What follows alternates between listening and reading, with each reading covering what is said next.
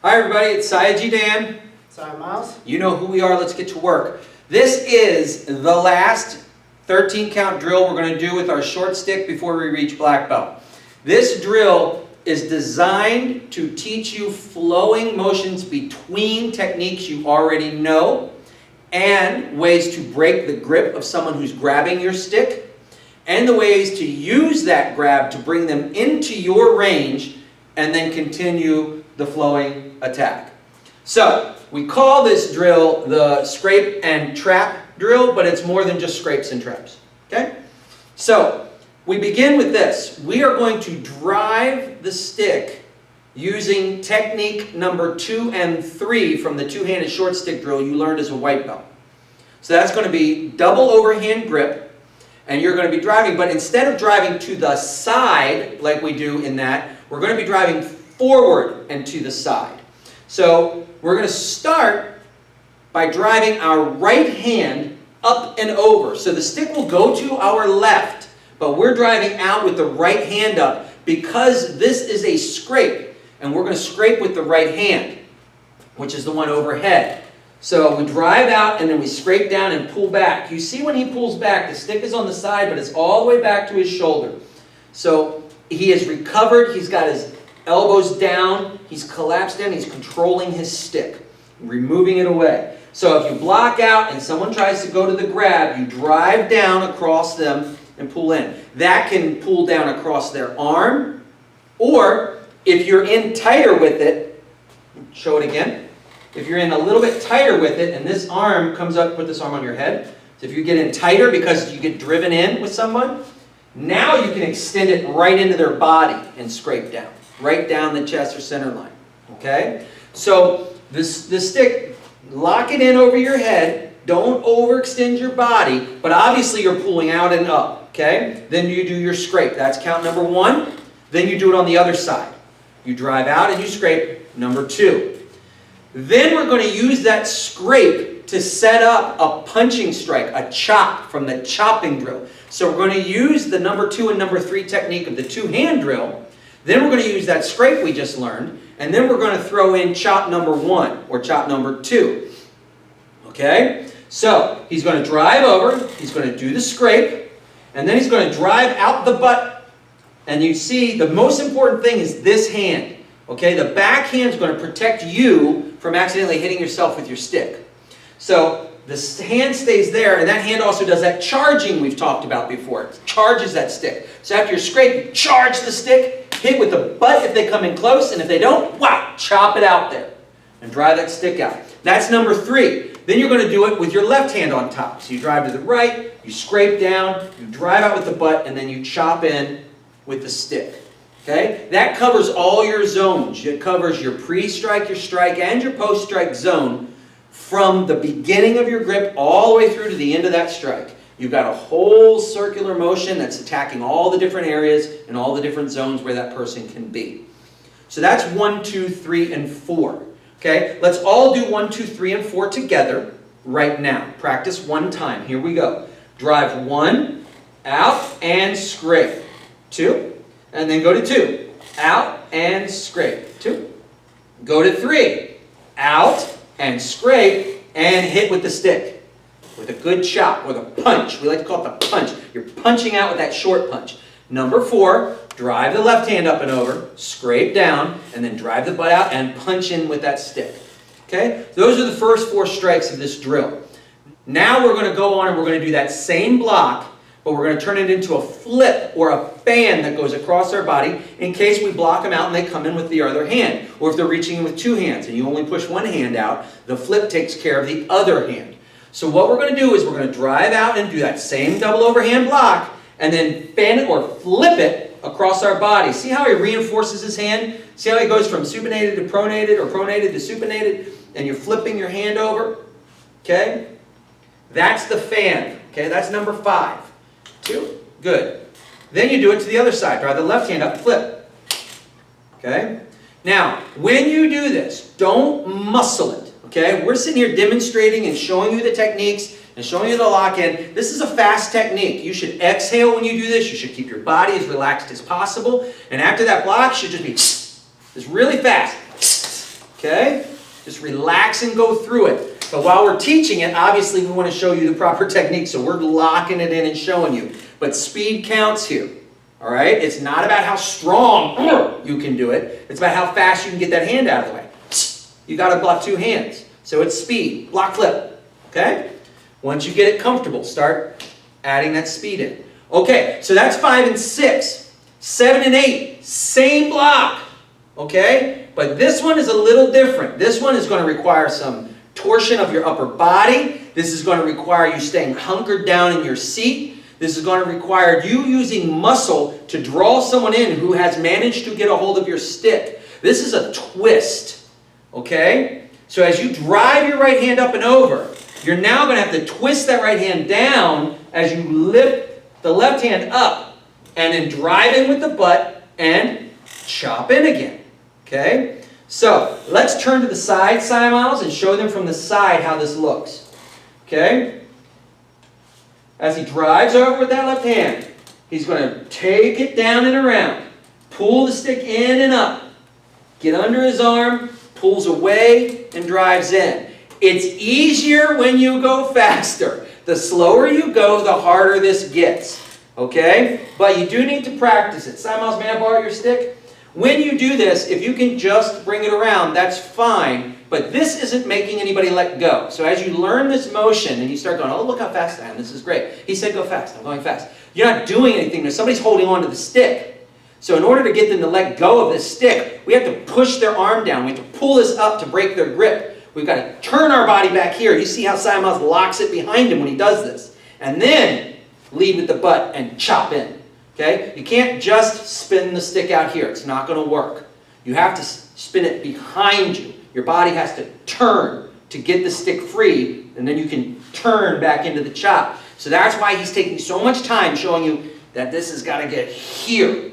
Because otherwise you're not making him let go. This isn't making him let go. Okay? It's too weak. Look at what's happening in my own hand. I'm almost pulling the stick out of my own hand. I've got to pull it back here where I can hold on to it tightly and lock it in against my arm and break the grip and then drive the butt in and drive the stick in. Do number 7. Drive over with that right hand. Twist it behind and torque your body and then drive it in. Now do 8. Go over here. Twist it around that body. Drive it in. So you're using your body to break the grip. Okay? Speed helps. I told you got to go fast. If you go slow, it becomes a muscle match. Who's stronger? If you can do this muscling but quickly, it's not about who's stronger. It's about you engaged, you enacted. They can only react. You have the advantage. Okay? So that's the block and twist. After this, the next 4 are what we call traps. Okay? Now traps, we're going to do a trap a little bit different. This time, we're going to block to the right to do our trap. And when I say block to the right, I mean you're going to block out to the side, just like we did for number 2.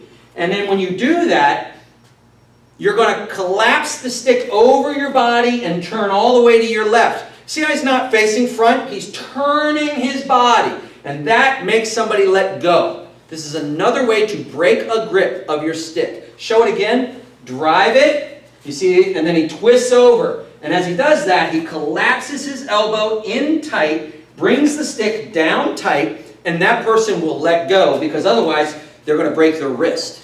Okay, they don't really have a choice. If their grip is strong enough that they can break their own wrist, they'll break their own wrist. But most people aren't strong enough to do that, nor dumb enough. So they're going to let go. Okay? But if they don't let go, this is a really, really strong block to the left. So if you block out to the left and I grab, if he twists over, see my hand gets rotated, his elbow gets over my forearm. When he collapses that in, if I don't let go, it's either going to break my wrist or my thumb. Okay? I have to let go because I'm not dumb enough to break my thumb. Well, my wife might disagree. All right. So that's the trap. Okay? So that trap is, why don't we all practice the trap right now? Okay? Let's all do the trap one time together just to make sure we're all practicing. Everybody drive all the way to the right and then twist that right hand over and trap. Because you're driving to the right, your right hand's on the bottom. Do it again. You drive it to the right, your right hand's on the bottom this time. Push it up and over while your left hand collapses under your right armpit. and collapse down. Okay? You see that? Now his right hand is on top, his left hand is collapsed under his right armpit. Okay, 2. Now do it to the left. Now he drives and his left hand is down. He's going to drive it up over as his right hand goes under his left armpit. And he collapses down. It's not just twisting. It's twisting and collapsing. Driving the elbows and engaging the lat muscles and pulling in. If there's one thing you should have learned by now, is how important we think the lat muscles are. They really help us in any of our gross motor stuff. They're very big muscles in our upper body, and we like to use the lats. They're very strong. Okay? So, that is your 9 and your 10. 11 and 12 are the same thing, and we're going to show you how you flow and add a slice to them. So you do your block, you do your trap, and then just let go with the bottom hand and slice out across. And you see how his slice goes all the way to the side? That's where the bad guy is on this one. So you're going to drive, you're going to collapse, and you're going to clear your front area all the way to your side as far as you can. Slice all the way across and pull it back. Okay? And then you go back to 2. Drive to the left, trap, slice, front all the way here. This stick should come all the way out and get this guy. Okay? So that slice has to come all the way out. Whoosh. Okay? And that's 12. 11 and 12. All right. Now 13. We talked about this before. 13 is not included in the youth program. It's the only thing in this entire program I will not teach youth before black belt. I will teach things differently to youth in this program and have. But this technique only has one purpose, and it is too dangerous to teach people who are not 18 and over. And so this technique is not a joke. This technique is not to be played with your friends while you're training. It is not something we put on your training partner with any force at all. 0 force. If you're practicing technique 13 against a person, you are putting them in incredible risk if you do not have complete control. Why? Because 13 is the much more dangerous version of the count 13 of the chopping drill. In 13 of the chopping drill, we slam the stick around, we hit with the forearm, we hit with the stick to the back of the head, and then we grab our own wrist and put them in a choke. Okay? We grab our own wrist and put them in a choke, like that. You guys remember that, right? Well, what we're doing this time is we're taking that stick, and instead of coming in and hitting like this, we're snaking it upside down the other way and punching with the forearm and the stick behind them, coming across their body. Obviously, because we're coming across their body, it's not a technique we could do first. But if we took our stick and hit somebody and they bent over woozy, and we put that stick up behind the back of their neck, the next move isn't grabbing our body, it's grabbing the stick with the other hand. Simon Miles will show you. You see, this is what it is. Go back. Now watch what he does. He snakes around and behind and then grabs the other end of the stick. The body, the head is here, sticking out the top here. And you are putting pressure on the neck. You are putting pressure on the vertebrae in the neck. You're putting pressure, shearing pressure, against the vertebrae across the spinal column, not along. You are shearing the spinal column by pulling in with a stick. That is extremely dangerous. It is extremely deadly. The story I tell everybody is I witnessed a police officer in a stick training that I was part of back in the 1990s, accidentally get choked out by his training partner who had 2 fingers on the stick like we told them to. We told people when you snake around, grab with 2 fingers only. And these were big, burly police officers who train and have combat for a living. And even with 2 fingers, his partner pulled too tight and the guy dropped. And we were all worried he was going to the hospital. He passed out. Right? He didn't pass out because of an air choke. He didn't pass out because of a blood choke. He passed out because the pressure on his spinal column was ounces of pressure away from turning him into a paraplegic. It's extremely dangerous to do this technique. Okay? So understand that if you use this technique in a life and death self-defense situation and you get this technique against your opponent, be prepared to answer the questions at the police station, because it is a killing technique. It is not a restraint technique. It is not a control technique. If you use this and use any muscles whatsoever, you stand a very good chance of permanently damaging and disabling your opponent for life. Please take this seriously. This might be the most dangerous technique I've taught you in 5 years. All right, show it again. 13 loops around behind the head. You grab the other end of the stick, collapse your elbows in. Fight's over, call your attorney. All right? Okay. Now you can see why I don't teach that to children. That's the 13 counts. Now, practice these, get good at these, rewind this video, see what you got to see, practice it, get good, and then go to the training video where we're just going to go through all 13 slow and steady. And when you get good at that, remember to start relaxing and adding speed. Okay, we want to do it with some speed once we get this down. Not 1, 2, 3, 4, 5, 6, 7, 8, 9, 10, 11, 12, 13, but 1, right? Reset. 2, make them fast, right? But then reset. Make sure you're adding in speed and staying relaxed as much as you can. It's very important, especially when we start getting into the flipping or we start getting into the twisting, to make them let go. Speed is your ally.